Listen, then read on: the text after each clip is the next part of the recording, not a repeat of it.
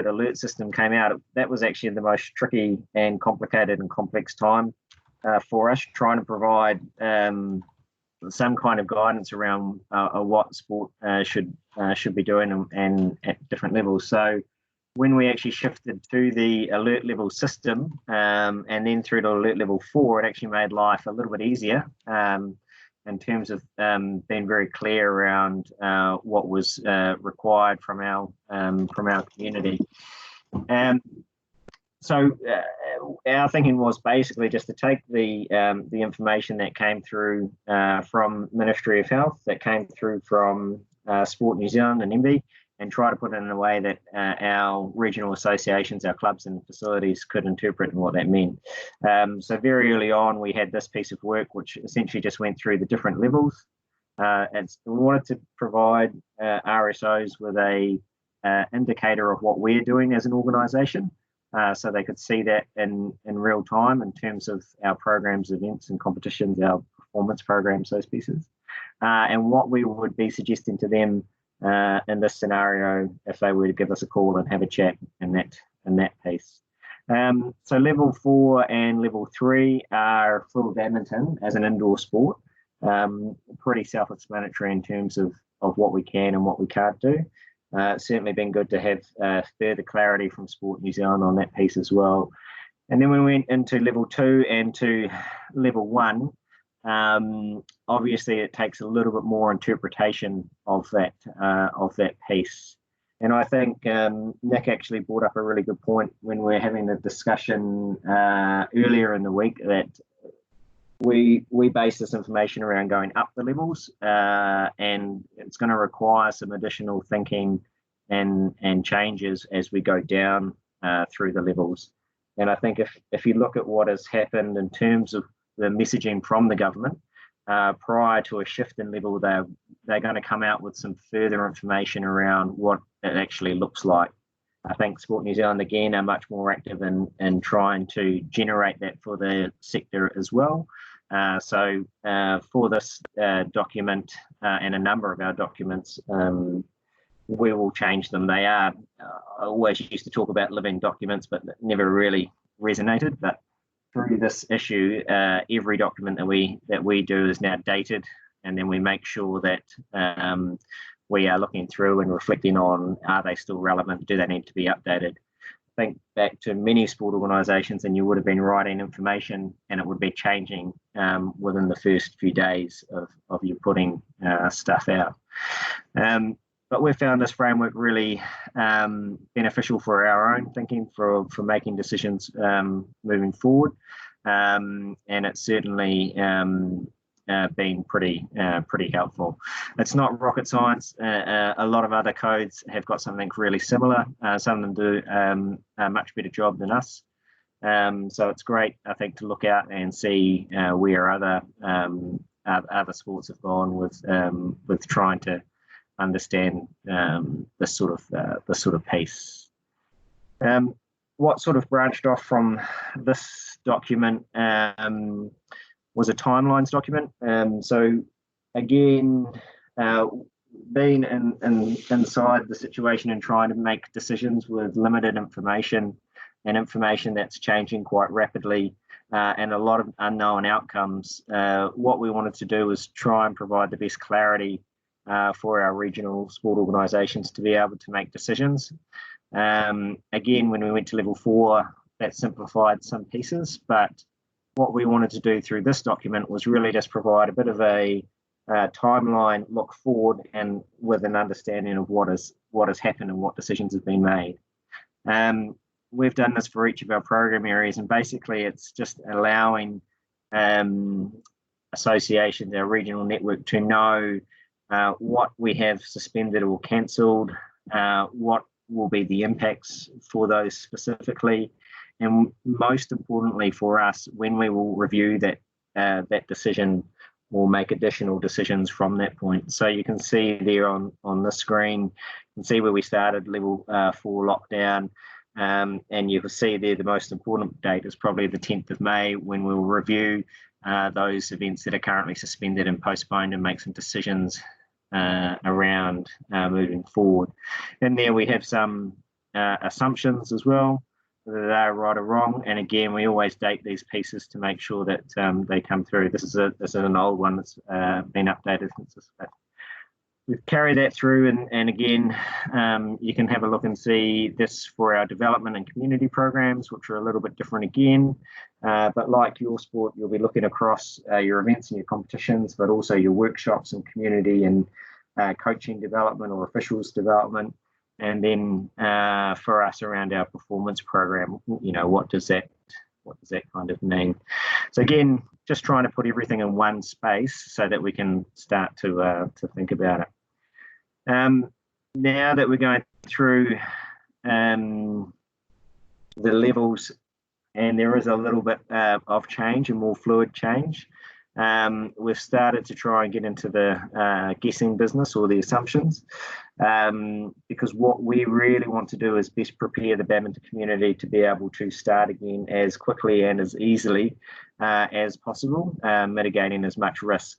So this document is really just a very simple sort of flow chart. It goes on some assumption thinking around moving down to level 3, and then that decision point on the 12th of May.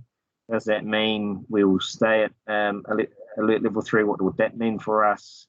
If it moves down to level 2, what would that mean for us? And then even trying to be brave enough to think about what happens sort of 4 to 8 to 12 weeks away, and what could that mean for national badminton events and competitions, as well as some of our programming piece that we know that associations are looking for.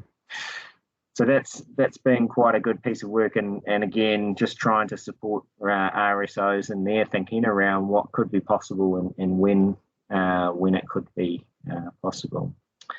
The last, second to last thing that we've done is we've just set up some working groups. So much in like what Sport Bay Plenty has done, we want to bring a range of people together from our regional network and give them a little bit more of a leadership opportunity in terms of providing guidance, support and recommendations. And understanding the Badminton New Zealand team is pretty small, we're not resourced particularly well, and that there's a lot of information and expertise that we can pull on and utilise from the community. So we've set up 3 working groups. We've tried to keep them as simple as possible around having a chairperson to lead and facilitate, having a representative group of associations, having Badminton New Zealand staff on that piece, and also an opportunity to include someone from outside of badminton. We've really just decided on the 3 most topical pieces for us, which are events and competitions working group, understanding what 2020 is going to look like for us and beyond, and are there ways that we can think about modifying and innovating within that space to provide great experiences for badminton participants. Obviously, a COVID-19 response group. A lot of our regional sport organisations have their own facilities, so there's some added complexities in and around trying to support them around reopening.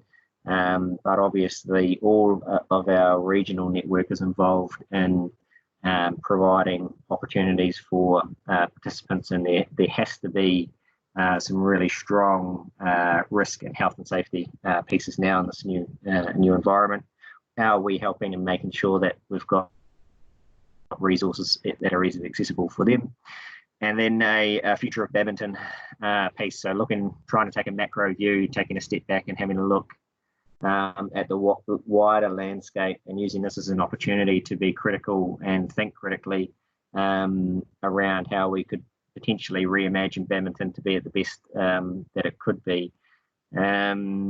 Really interesting. These are just got off the ground, so they were only announced yesterday, and they'll have their first meetings. And then we have a weekly Zoom meeting with our network, with our community, with our associations, and these 3 groups will start reporting back into that Zoom group, which again I think is really cool because it takes a bit of pressure off Badminton New Zealand and makes it hopefully a bit more of an exclusive sort of piece.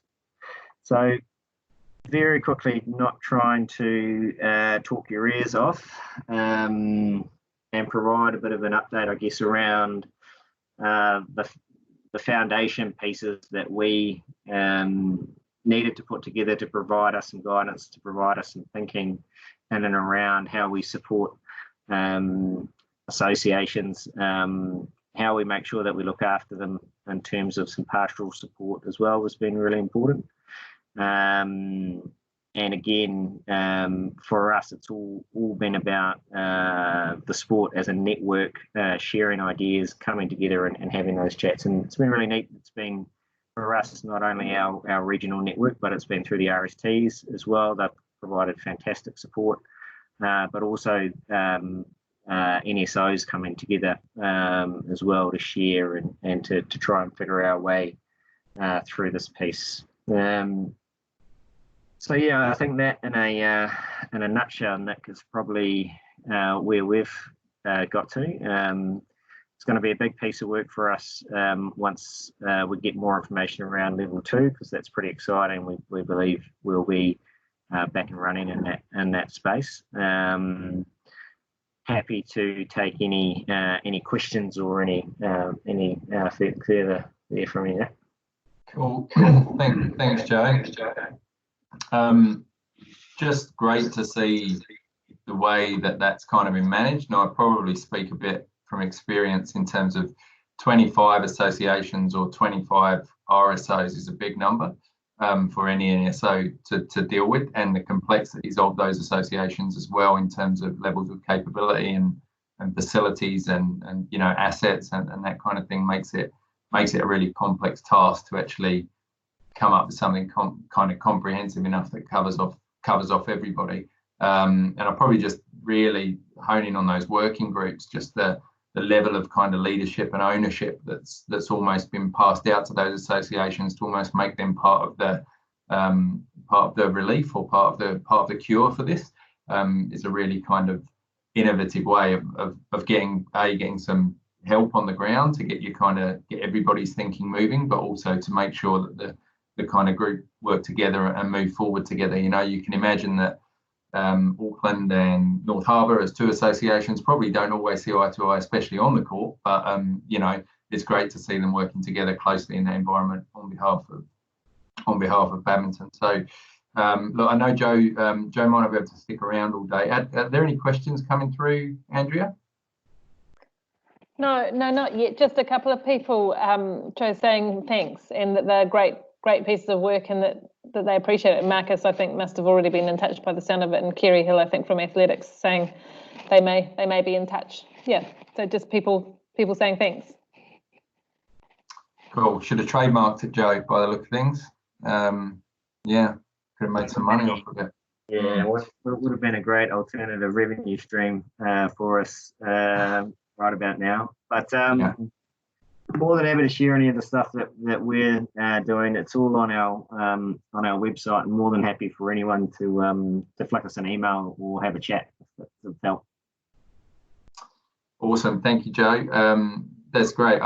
Just thanks for taking the time to sit with us today and just kind of go through that thinking, because I think sometimes some of our forums and stuff can, when there's not a great deal of change, it's great to have kind of different viewpoints coming in as to see how people mix things up and sort of how that's been responded as well. So I just appreciate you taking the time today. So Joe, if you don't have time to stick around, that's all good. And we'll crack on with the rest of the agenda if that sounds okay. Well, thanks, Nick, and just a huge thank you to Delwyn, who is one of our part of our regional network as a key RSO. She does an amazing job, but also to all the RSOs, on the call, such a vital part of the sport system and the sector. And I think what you guys do on the ground is the real meaningful stuff. It's the actual experience that kids and participants have. So look, I think the only thing I'd leave you with is that certainly from my point of view, and the other NSOs that I've talked to and Sport New Zealand, we're all advocating as hard as we possibly can to try and get as much support to a regional and a club and a local level as we can. And look, I really hope that there'll be some good solutions for that in the near future. So thanks a lot, guys. Cheers, Joe. Okay, cool. Thank you. Hopefully you all found that useful. Next week we'll try and bring another speaker in. Possibly not from an NSO, maybe from we can try and get someone from Class 4 Gaming to come and speak as well. So trying to mix these sessions up as best as we can. Right, we'll move on. And next on our agenda, we're just going to give a quick internal update as to what some of our team have been up to. So I'm going to call on Zane first. Can you give a wee update, Zane, on just your space? Sweet as, thanks, Nick. Yeah, as most of you know, I've been working on the kind of 2020-2021 season design with some of you that are in this meeting, and then some of your staff. Some really positive feedback around the meetings that we had last week, which got us to a point where we put an initial proposal kind of out to everyone for feedback on. I've had all that feedback come back. There's still a couple of codes that haven't. So if you're sitting there and you know that you haven't, can you please send that feedback through? Yeah, really overall pretty positive. There's I guess a few things that we need to work through. So what I'm going to be doing is reaching out on Monday to everyone with a summary of where we've got to, and then organising a couple more meetings and keep things progressing from there. One kind of big key piece of information that I'm waiting on is just a little bit more detail around indoor sports, and that's not from you guys, more so from venue operators, and also the alert level 2 information around indoor sports, because that will obviously potentially affect what that looks like. So that's something that we're just waiting on as well. In terms of spaces and places, got to a really good point this week with the review, and basically have the big 250-pager kind of network analysis done. So that'll be coming out for consultation with you guys probably in about 3 weeks, all going well.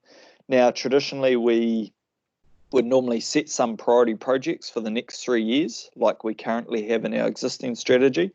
I think working with Sport New Zealand, and no doubt you guys will agree, we can't really, I guess, define priority projects given the current situation. We need to do a little bit more understanding around how the current situation is going to affect the facility space and spaces and places in general moving forward, and where the priorities need to lay. So it may be that for the first 12 months of the strategy, the priority is going to be around gaining a further understanding of the potential gaps and the challenges that the sector faces, and then that defining after that what the next 2-year priorities are. So that's where we're at with spaces and places and the season design stuff. But yeah, overall pretty positive. I know everyone's waiting on this level 2 detail before we can, I guess, get into the nitty gritty and actually do some planning towards actual activity happening. So I commend you guys for sitting tight and not rushing ahead too much, trying to crystal ball it. So yeah, that's me.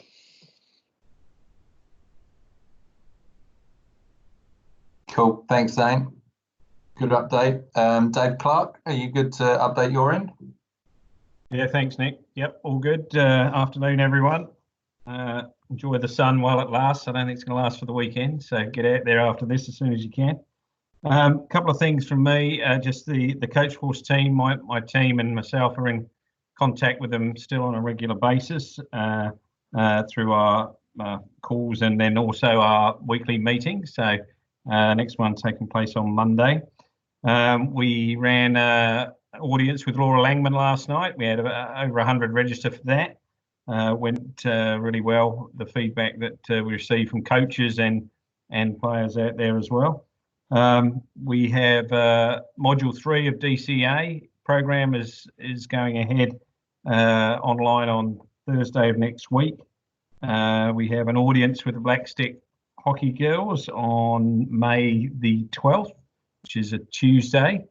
So we'll be doing some stuff there, and we've got 3 or 4 others kind of in the pipeline lined up, coaches, coach developers, players, a whole variety of folks. So we're going to continue that series kind of for the foreseeable future on an almost fortnightly basis.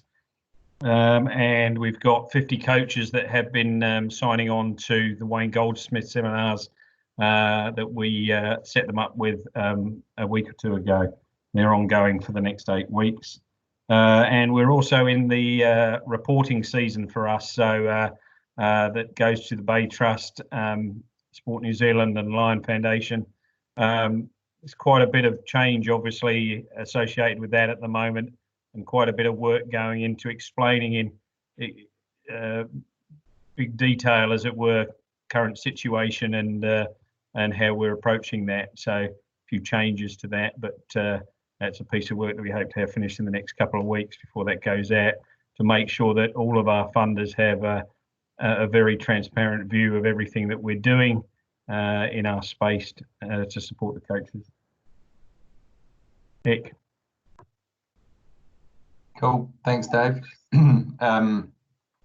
Obviously, a number of kind of coach development opportunities falling out, and Dave and his team have been pretty kind of snazzy at getting out there and sort of talking to key people and trying to maintain the appetite for this kind of ongoing learning, self-development platform that they have. And I suppose this is just another opportunity probably that falls out of COVID-19. That potentially in the future we may be able to engage more people as we've been able to embrace the technological side or the virtual world that we're kind of in. So there's that doesn't take away from the face-to-face contact, of course, but it's obviously kind of been forced upon us, and now where that leaves us is in a positive space to know that we can operate well, and we've received really well in both of those mediums, both face-to-face and virtual. So great job by Dave and the team to sort of turn that around and really keep those numbers pumping. Awesome, thanks, Dave. And then just their last internal update, I'm just going to ask Calvin if he could just jump in and just give a quick 2 or 3 minute update on the school sports space. Yeah, cool beans. Thanks, Nick. Always a challenge for me to keep things brief, but I will do my best.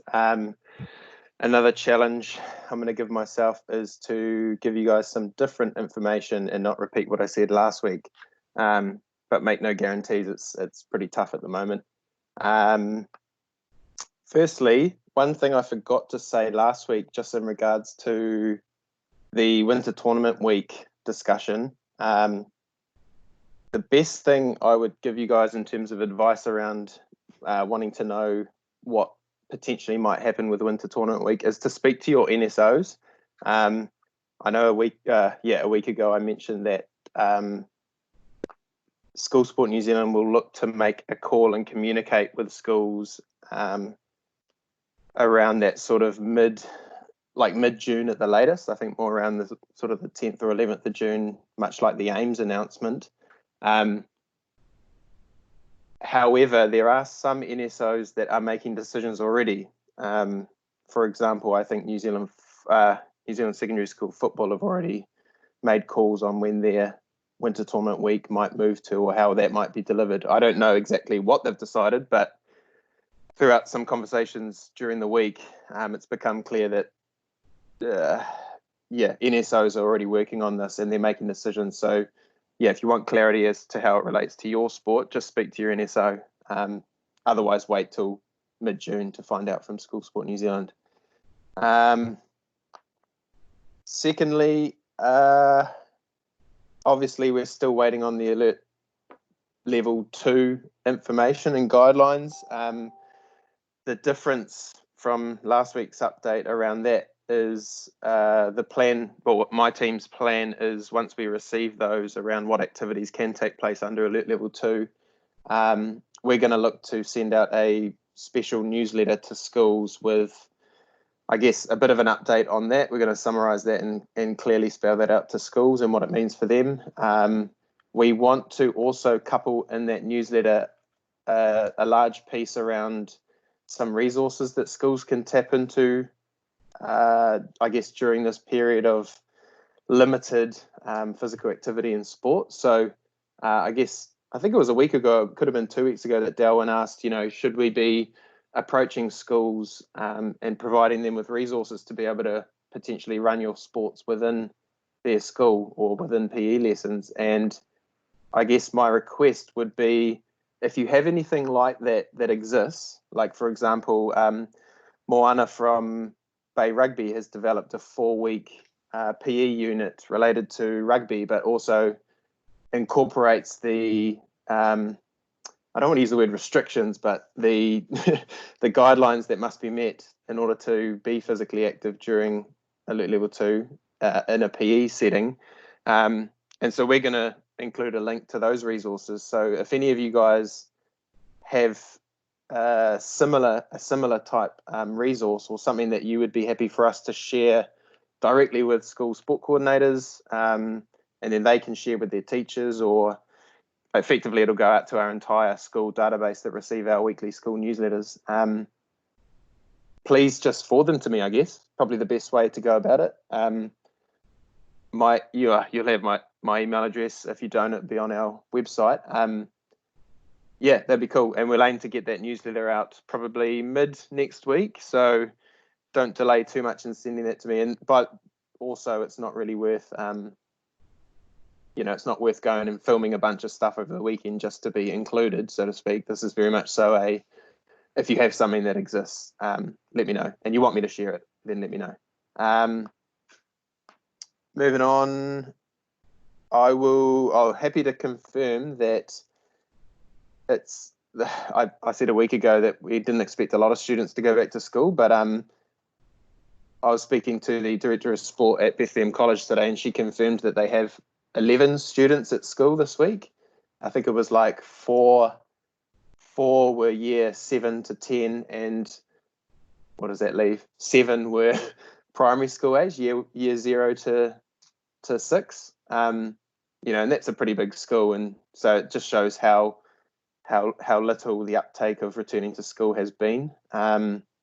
Just as a heads up, that was just one school I heard of today. And lastly, and most importantly, the RSD funding, so the funding that contributes to my role with my support to secondary schools, the KPIs or the outcomes that are expected tagged to that funding have been provided for the next 12 months. The one that relates to this group the most, that at this stage it's just a heads up, and obviously a really big piece of work will follow over the next months to come. The one that considers our local RSOs is I need to initiate a local conversation around what would a potential redesign of the school sports system look like from the bottom up. So what that means is working with RSOs and schools to put together a plan, which we would also co-design with young people themselves. And it would be unique to our region, and it would look at, starting from a blank canvas, what an effective school sports system might look like.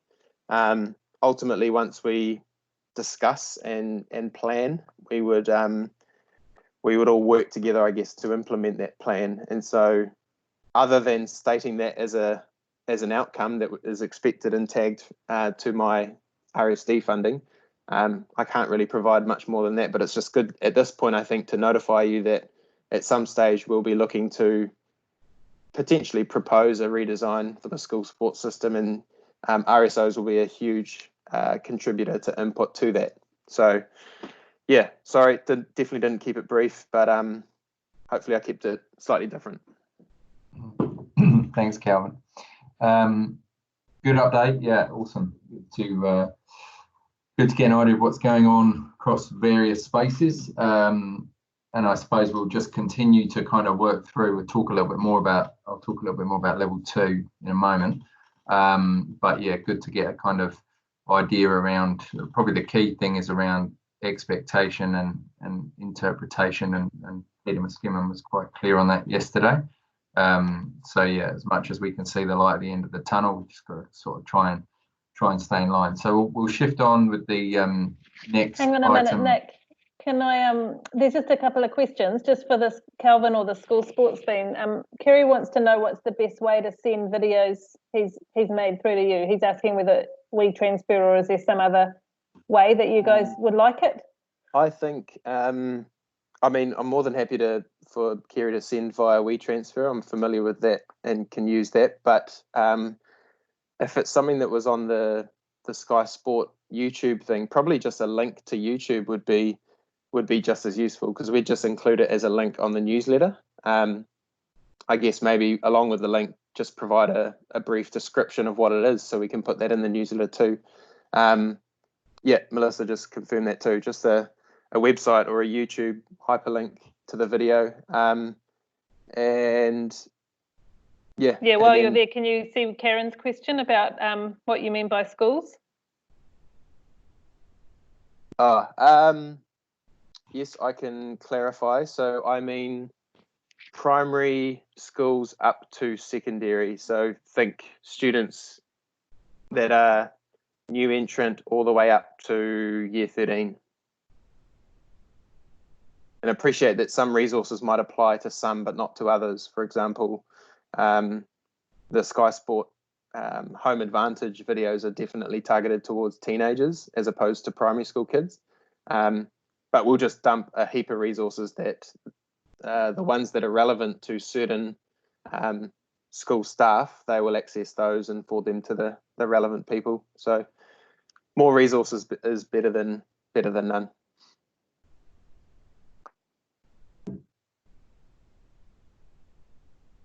Oh yeah, I guess just in response to Kerry's. Yeah, I mean, if they're not posted yet by the Sky Sport people, then yeah, just send them to me via WeTransfer. That's easy enough.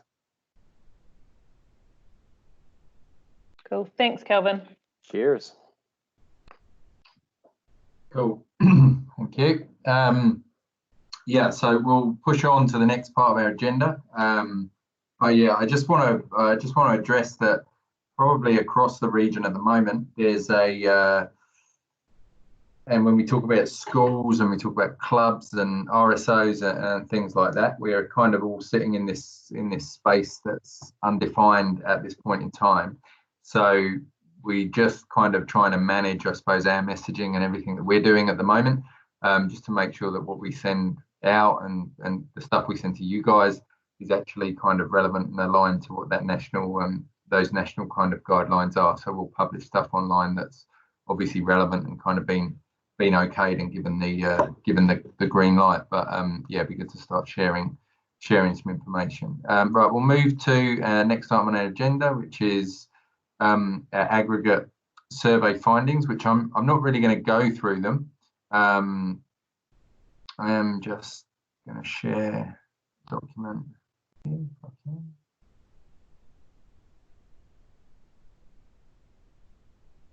Okay, can everyone see that document? Andrea? Yep, it's all good. Oh, I might just bring it down a touch. Awesome. So what we've done is we've managed to pull the results from. Sorry, all these images are making my screen go crazy. We've managed to pull all of the aggregate information into one place. We have obviously every individual response that obviously by organisation is held by us. And then obviously what we've done is we've just simply given the data across to Sport New Zealand to sort of compare that and overlay that with some of the national stuff. So no sensitive information gets put out. It's all kept very, very close to us, but they have given us some kind of indication as to where our survey sits. So when Sport New Zealand, and I suppose for them, in terms of their insights and evaluation team, they initially wanted to be part of the survey process, but the reality probably was that with only 2 or 3 people in their team, and obviously, 13 regional sports trusts, they're also supporting NSOs, and probably a heap of other people as well. Their time is pretty limited. So as much as they wanted to kind of be across it before everything went out, if we'd have waited for that to happen, it would have taken quite a long time to get to this kind of point where we're at where we're at right now. The good news is that they're supportive of everything that we've kind of gone through, and the data that we've got is pretty well aligned, I suppose, to what's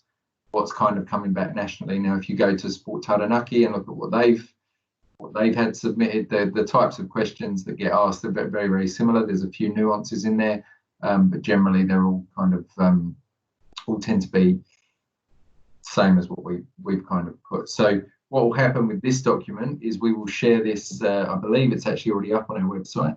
Went up today, but it will just give you an idea across the sector about where we're at. And there'll be a couple of little parts in there that maybe don't make much sense. There was a talk about range, and I'll talk about that for a moment. So the Class 4 funding, in terms of the sort of shortfall that we've been looking at in terms of what the hole is that gets left behind, it's an average of kind of 31% of people's income or of organisational income, but the range meaning that for 2% it's not a lot at all, but then for others it's a lot more. So somewhere between, you know, that range almost allows for somebody saying that actually mine's way more than 31%, and then somebody saying, well, we're not reliant on it kind of whatsoever, which is quite rare, but that's what some of that means. So we'll use this information to now start to develop the partner portfolio that we talked about before, which is the sport support plans as we kind of move forwards, and then working through those probably innovations around how we deliver sport moving forwards, noting that alert level 2 might look different for badminton compared to what it might look like for rugby, in terms of what's actually allowed to take place. We can start to have those kind of conversations as well. So financially, I haven't got anything really to update you on, and as I say, I'm not going to go through all of this document. It's up on the website. I'd encourage you to go in and have some kind of a look at it. We've made a couple of comments, which are sort of just general theming comments. You can have a review, and then if you've got any questions, you can come back directly to us. Any questions immediately on that?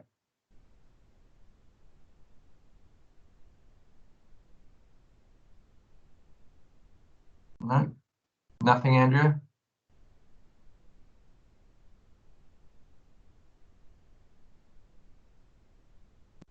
Sorry, I keep on talking as well with the microphone off. No, there's nothing there. You're good to go ahead. Okay, cool. Thank you. Thought my connection had dropped then, so there was this eerie silence, which happens a lot on virtual. Has anyone got any questions? And no one has any questions because it goes silent so quick. But right, okay, we'll move along. Have a look at that document when you can, and we'll move forward into the final part of today's agenda. So we received a partner update on the 29th of April, which again I'll share with you after this. And some of you may have already seen it, so I apologise if some of this is kind of double dipping, but my kind of theory at the moment is that you're better to receive something twice than not receive it at all. But just wanted to pull out probably the main thing that came out of that partner update, which came directly from Peter Muskimen on Wednesday.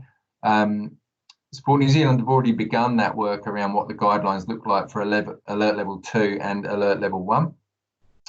And that's across play, active recreation and sport. So they're trying to establish what the restart process obviously looks like.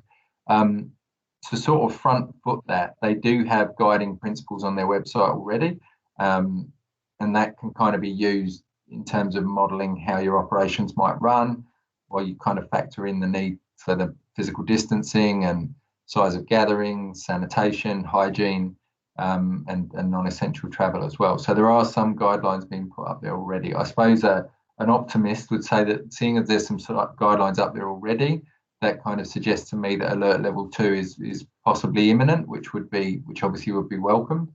So that's obviously a kind of positive thing. The one thing they do want to be really clear of is that those guiding principles that are there at the moment are simply guiding principles. There's no firm commitment either way at this stage until we actually reach that alert level. Once we get there, then we can start to put things sort of more into place, and start to concrete the posts in a little bit more around what we are and aren't able to do. And the reason for that is probably because even though if they knew we were going to alert level 2 on the 12th of May, let's say, they're obviously having to work in a cross-agency capacity at the moment. So they've got Ministry of Health, Ministry for Business and Innovation. So they're all trying to work together to establish exactly what can and can't happen. I mean, we've already fronted some of what our work would look like moving back into the office and rejigging open plan desks and that kind of thing. But as soon as they've got more information, they're obviously keen to share it, and they will share it through the partner network. They'll probably also put it up on their website as well. So just make sure that you're checking out what is up there so that you can kind of, I would think at this stage, without getting ahead of anyone getting ahead of themselves, you've at least got the chance to maybe start to process some of those thoughts around how you think things may run, and then obviously what actually might be achievable or not be achievable based on the guidelines that they kind of give. The advice is that we're hoping to have some more information on that by the end of today. If I know Sport New Zealand, that will be Monday. It won't be today, with obviously a lot of other stuff going on as well. But I think they're just taking the tack of making sure that everything they send out is right, rather than just for the sake of getting it out necessarily, bang on time. The idea of waiting 24 or 48 hours is probably a better approach, and making sure it's correct, so that as we progress to level 2, we've kind of all got a really clear mandate or a clear understanding of what we're able to do and what we're not able to do. That is probably all I have today. Happy to take any questions that anyone might have. I understand it's not a particularly kind of vivid update. It's pretty much kind of very similar to last week, but the big thing being that we obviously are looking at alert level 2 more now than we would have been a week ago, which is obviously positive for the sector kind of moving forward. So any questions in there, Andrea? No, nothing at the minute. Okay, cool. Thank you. So just to wrap up, like we say, we'll be dishing out some communications where they're relevant. But until anything changes, our information kind of stays the same. We'll just keep you updated as soon as we can. I'll send the follow-up notes from today. Probably they'll come through hopefully by the end of today, but I kind of have a 3-year-old that gets in the way of that, so it might be over the weekend or it might be Monday. And we'll put everything up online just on the website. It's exactly the same link as it was before, but just everything in relation to the forum that we've obviously discussed today. I probably just want to finally just congratulate you all on getting through week number 5, and hopefully in another 7 days or slightly more than that, we'll actually be able to hopefully see each other again. We'll keep a metre apart, of course, but looking forward to getting back to some kind of normality. But I just think you've all done a great job in the sort of innovative way that you're kind of coming together as one sector. Just shows the strength that we've got in the region, and the kind of passion that sits behind a lot of what we all do, which is never really for us. It's always for the benefit of other people. So you can give yourselves, if you see easy, your GMs aren't giving you a big pat on the back, you can give yourself one from us as well. So thanks everybody. Have a good weekend, and we will send through another appointment for next week. Kia ora koutou. Thank you.